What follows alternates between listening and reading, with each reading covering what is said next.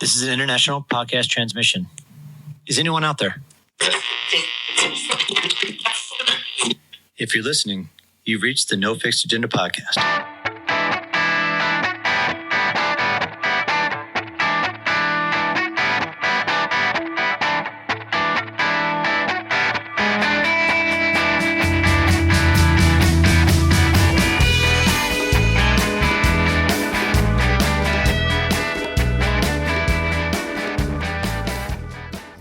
Ramble today. We're going to talk about limitations. Limitations. Do you have any? I don't have any limitations, man. Yeah. I'm a superhero. What was that? You don't think you have any limitations? Well, everybody's got limitations. Yeah, of course. Would you say you believe that you don't have any? I would like to think that I don't. I think most people like to think that there's no limitations. When it comes down to it. Obviously, there's a human limitation, right? There's a human limitation, but I don't know. As I get older, obviously, as I'm on the doorstep of fucking 50, it's definitely one of those things where I'm like, okay, yeah, I definitely have some physical limitations that I can't do shit anymore. Yeah, like squatting below parallel. Well, I've never been able to do that, so I don't even consider that a limitation because that's always been a thing for me. I can't even remember when I was a kid being able to do that. So I don't consider that a limitation. As a child, I guarantee you were able to squat below parallel, but go ahead. Well, I'm sure I was, but I don't know. I think there's also limitations you put on yourself with that, whether you think you need them or not. Mm-hmm. Right. Yeah. I think you're talking about boundaries though, right? Or you're talking about limiting beliefs. No, I think there's a little bit of both. I think people limit themselves without knowing it, and they limit themselves knowing fully well they can't do something. Mm-hmm. So, and there's morally and spiritually and everything else. Yeah. There's limitations all over the place. 100%. I don't really ever think that I'm limited in certain things. I guess I don't really think about it until it actually happens. Right. And I think until you reach it. And that's what happens with most people is you don't really know that there's a limitation until you actually get to that point.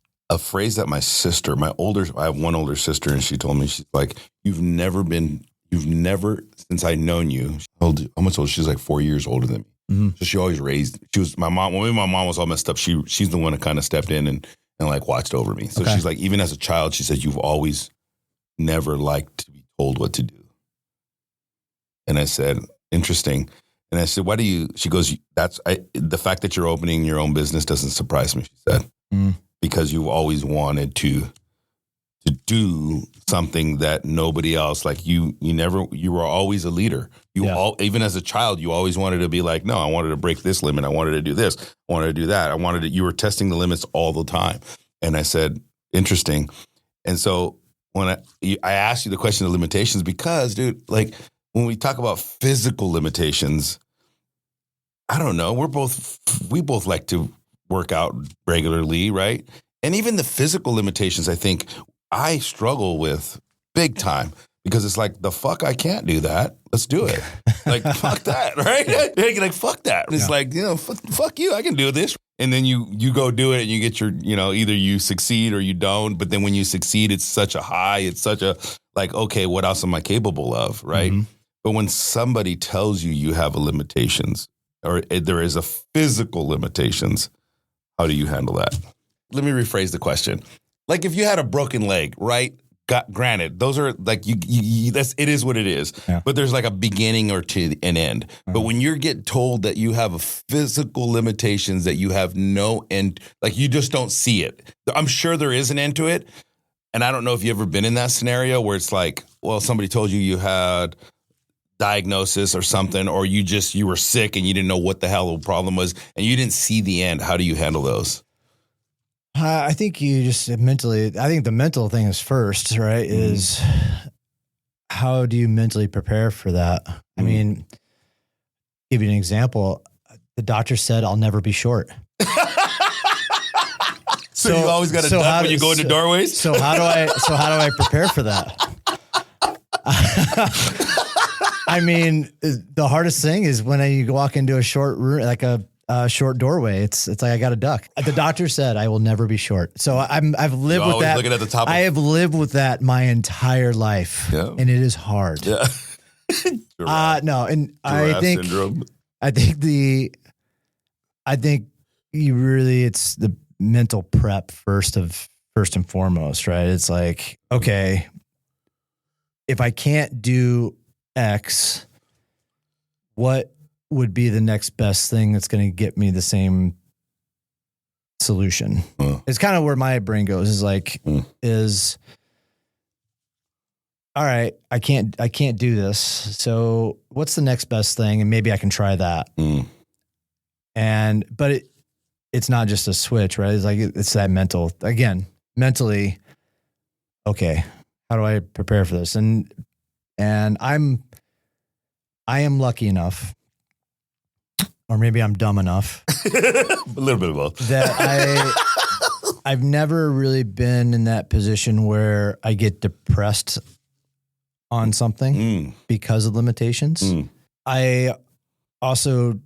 I'm pretty level-headed when it comes to that stuff and looking at it and saying, okay, well, I can't do this, but I need to do that. I mean, it flows in business too. Like it's how I've learned to deal with how I run a business. It's like, okay, I shouldn't be doing this. And okay, what's the next best thing? I'm lucky enough that I have never sat in that position where I get depressed about it and it just eats me alive because I can't do something. Yeah. I think in our relationship, I've seen you not get depressed. I get stressed. You get stressed. I get stressed. It's almost like you don't concede or get defeated, but it's almost like you get stressed. And then you have a little anger, and then you come out the gate swinging like fuck it, and then you just come to immediate resolution. Like you're like, oh, it is what it is, right? The old is what it is mentality, right? Yeah, this is kind of gone on this last 2 weeks. Yeah. You know, we just talk about your business alone, right? Just in the last 2 weeks, what's going on, and cancellations and all this other stuff, and you're like, those are all limitations. But I think it's because of, this conversation really is something that I shared with in one of my classes yesterday, was because I'm dealing with some physical limitations. And as an entrepreneur and as anybody who's in business or just a go-getter, right? And who's dealt with adversity in life, not just in their business life, but in their personal lives and the way they were brought up in school, in college. Like there's always some form of adversity that is going to be perceived as a limitation. And then you look at those things and you're like, well, I can overcome that. Or I can figure out a way for me to deal with this particular limitation. Yeah. That whole process is very easy for people like us. Stressful for people like us. It doesn't sit back. We don't just sit there and go, fuck it. Yeah. It's like this, woe is me. I'm the fucking victim. Yeah. Right. And we don't have that. And so whenever you get a physical limitation, that is a true physical limitation that somebody or a doctor, you got your foot amputated or whatever the case may be,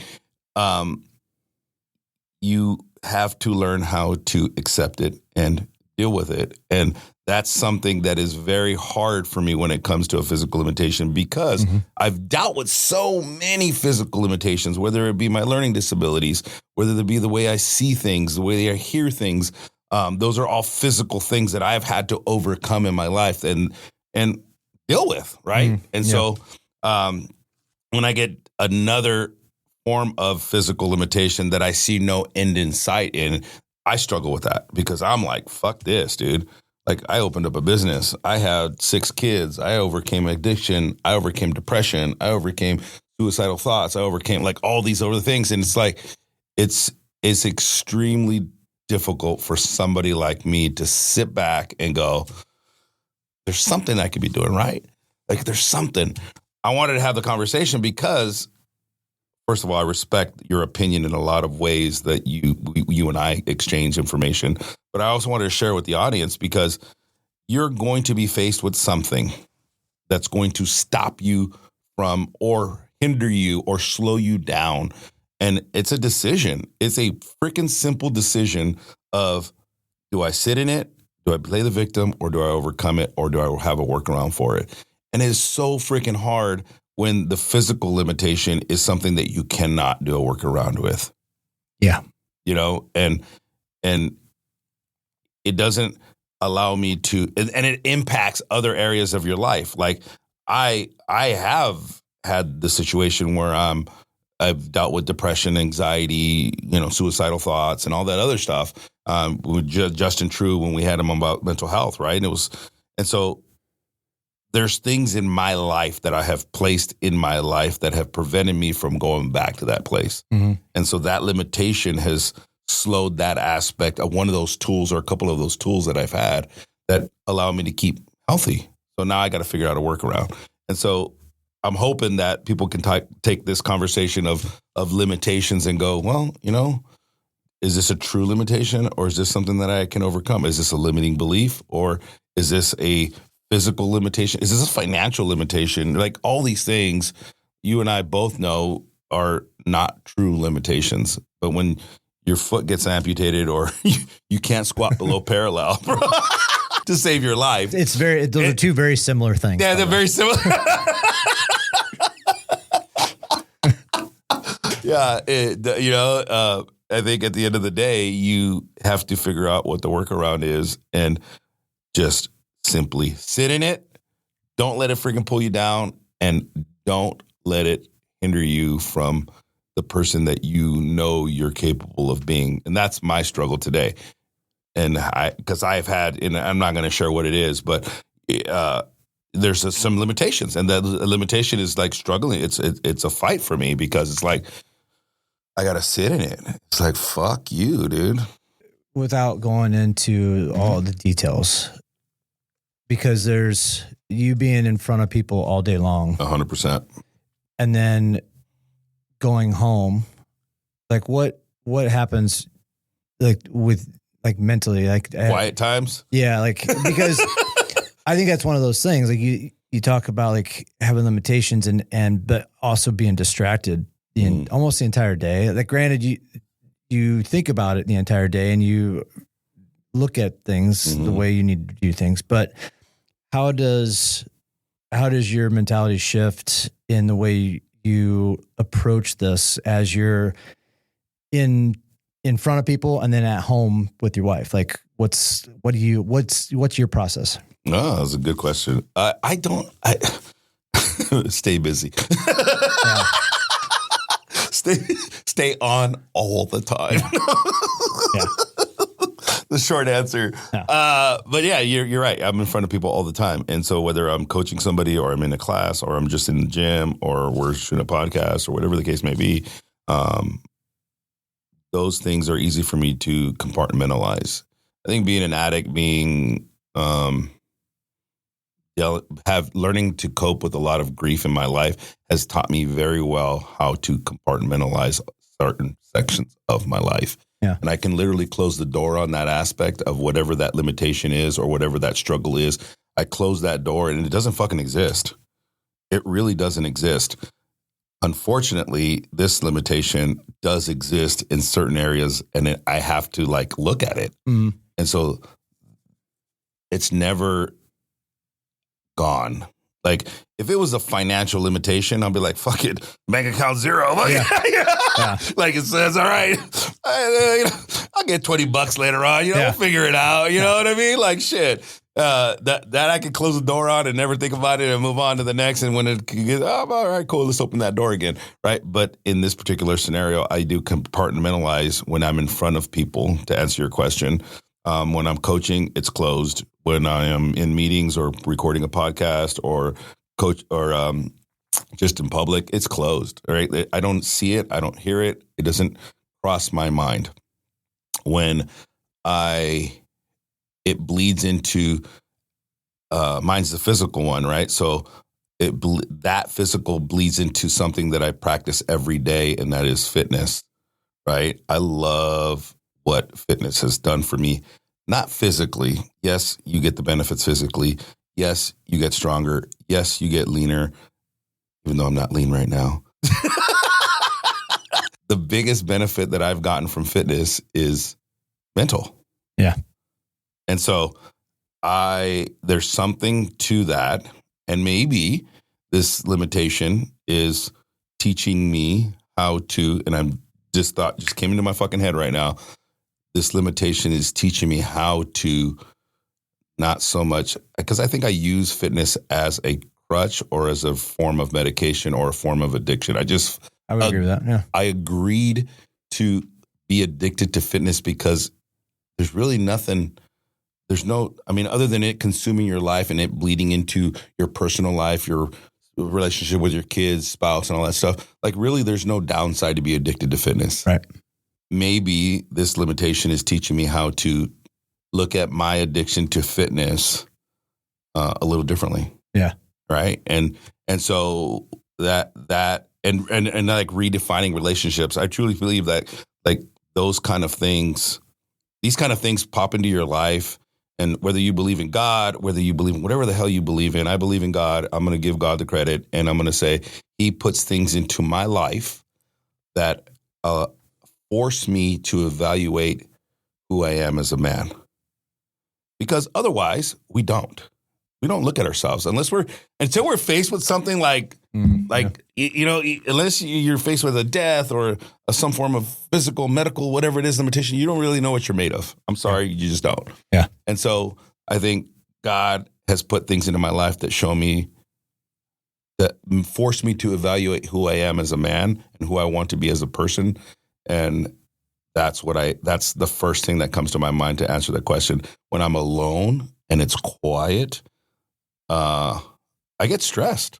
I'm like, the quiet fucking is horrible.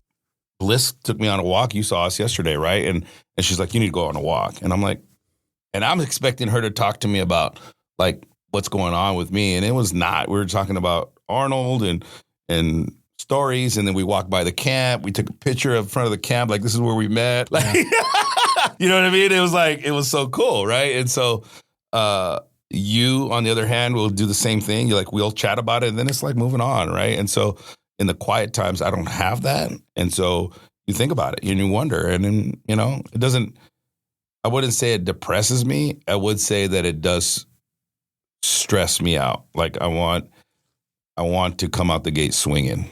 Mm-hmm. Like, I want to be like, fuck this limitation. What do? I compartmentalize. I close the door on it. I keep busy. And then when it bleeds in, I just, face it again. And I think whenever I've done this very well in my life when it comes to hardships, and this is not crazy hard because we just don't know, but I just don't have an answer. That's the fucking stressful part, is that I don't have a fucking answer. Mm-hmm. Like, even when somebody dies, you're going to go through it and you're like, there's an end to this. When you don't have an answer, that's what fucks me up in the quiet spot. It's like when you're just sitting there going, fuck, all right, so what's going to happen? I don't know, Yeah, you can't, can't stay calm. Yeah, it's like, I can't, and it's just like, I get fidgety. I get frustrated that I get fidgety, and I'm already a high-strung individual. And so I struggle to sleep. I struggle to like all those things, right? But at the end of the day, that's when I have to lean on my faith. I have to like relax, chill, know that everything works out in the end, period. It doesn't matter. I might not agree with the end result, but it does work out. And I have yet, this is advice that I give a lot of people when they're dealing with like finite finalism. Like, when I say final, like final things that have happened to like a death, a divorce. And so as long as the advice that I give them is, as long as you have air in your lungs, it will always work out. Mm-hmm. And that's the truth, right? And that's the truth. It doesn't fucking matter. I mean, we talked to Mike, who's terminally ill with cancer. Like, it's going to fucking work out. Yes, he's going to die. Yeah. You know what I mean? Yeah, it's gonna work out. Yes, he's going to fucking die, right? And we all are, right? Yeah. But he's fucking living his best life, dude. Yeah. After his diagnosis, he's living his best life. Yeah. Living like you're dying, man. Yeah, he's living like you're dying. And that's something you and I do on a regular basis, right? I try, it's hard. I think what the beauty of dealing with limitations is it actually, I don't know. I think it makes people, I mean, it could definitely depress people, but I think it could actually, if you look at it the correct way, it could actually make you a better person, whether that's mentally or physically. I think you kind of learn and adapt to those limitations, I think, for the most part. And it turns out for the better if you can put a good spin on it and you look at it like, okay, well, I can't do this, but now I have the opportunity to try this, and am I even better at that scenario? So it's interesting, and I commend you for being upfront with like, okay, I wanted to have this conversation about limitations because it does. It affects people in completely different ways. 100%. And encouraging people. I think I've said this to you several times. I think I even said it in a podcast a couple times where I think God has put me through certain things in my life that have allowed me to be of service to so many. Yeah. And this is another one of those things, in my opinion. That's what gives me peace in the quiet times. A lot of times when I'm fidgeting, I'm like, okay, get it. Chill the fuck out, Omar. You're going to be able to use this to help somebody later on or not, right? But when after I got a rehab, I came to this solution, right? And this conclusion of all hardships in my life. And that was it. Like, how could God allow me to lose my dad at that age? How could God allow me to be born into a freaking family of addiction? How could the universe be allow me to almost die of an overdose at 12 years old? How, you know what I'm saying? Like all these things, like I was exposed to this environment. There is no such thing as a God, right? Or there's no such thing as goodness in the world. And then when I got out of rehab, I was like, that whole mentality changed to going, I could actually help and serve others and make the world a better place with all of the bullshit that I had to go through. Anytime I'm faced with a form of limitations that is frustrating, that bugs me in the quiet times, that I have to compartmentalize because the load is just too heavy or I don't know, I look at it that way. That's my, like a big part of my mental process of like, okay, cool. Yes, this sucks. I'm still here. I'm living, I'm moving, I'm still doing the things that I like to do. I might not be doing them the way I love to do them, but I'm still doing them. Yeah. And at the end of the day, it's going to work out and I'm going to be able to use this to serve others. Because you and I are going to be gone one day, dude. Well, I'm living to at least 140. 140? 140. Dude, I'm thinking like AI is a thing, dude. They're going to be able to download our memory. They're just going to clone me. That's I don't know. They're gonna download my brainwaves into some AI bullshit, mechanism, dude. And then that's what they're gonna end up having to do. Eventually, somebody's gonna come up with that shit. It's in the movies, dude. Tom Bill, you talked about this impact theory. He talked about this in one of his podcasts, and he said, "I'm gonna live forever," and that he's genuinely saying this. He said it because of what you just said. He said there's going to be some form of AI, artificial intelligence, that's going to be able to download somebody's spirit or brainwaves into a robot or a thing, and he's going to live forever. It's going to happen. Dude, that's scary, bro. Then you want to talk about limitations. There is none, bro. There is none. Not even death can stop you, baby. Yeah. I'm living forever. Which... I don't know if that's really the thing you want. Dude, fuck no, dude. Like, imagine, isn't there a movie that goes that? He starts off old and he gets younger or the other way around. Oh, you're talking about Benjamin Button? Yeah, Benjamin Button, dude. And it's like, he's watching all these people die. And he's getting younger. And he's getting younger and younger and younger. And he's like, I want nothing to do with that, dude. Yeah. Absolutely. Let me fucking go when it's my time to go. Yeah. That's going to happen. It's going to happen. I think that's a little scary thing when it comes to the limitations aspect of it is even from a physical perspective. I mean, look at, said amputated foot. And no, we're not talking, Omar's not getting his foot amputated. He's referenced that like six times. Six times or something in this podcast. I'm not getting my foot amputated. He's not getting his foot amputated, but we will talk about what's happening after that's the thing is you look at that as the technology of prosthetic limbs nowadays for anybody who has that happen to them and their limitations are a little bit different, but look at the technology that has helped out with creating new opportunity for individuals like that. Right. So I think it comes down to, I've been lucky enough in my life that I just look at it and say, okay, what's the next best play here and move on and figure it out. And so I know that everybody has different mentalities when it comes to it. So so hopefully this helps a lot of people. I think I will share eventually what's going on once I get more answers, but I think it's too soon for me to put anything out there. And this is the first time I've actually talked about it publicly, dude. So, he's dealing with hemorrhoids, and he's got a big, massive hemorrhoid. Dude, it's so big.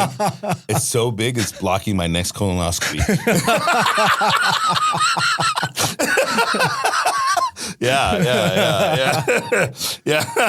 Yeah, no, that's why I haven't gone to go get my colon hydrotherapy anymore, man. It's fucking hemorrhoid. It's like he's my best friend now.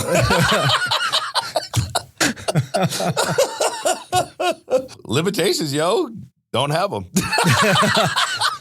That's the moral of the story. Moral of the story is fuck them. Don't have limitations. Don't fuck them. Yeah. Go 100% all the time, regardless of what your quote unquote limitation. Yeah.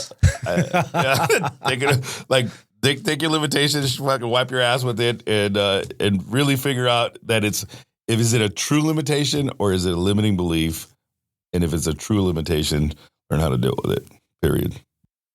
Keep it coming, another round.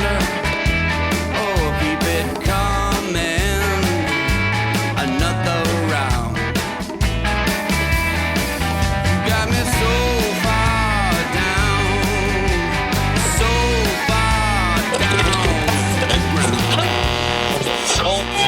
This has been an international podcast transmission of No Fixed Agenda presented by Bubs Naturals. Music was provided by the Poor Dirty Astronauts with lyrics written by Matt Meyer. You can rate, review, and subscribe to our podcast on Apple, Spotify, Amazon, or wherever you find your favorite podcast episodes. NFA, over and out.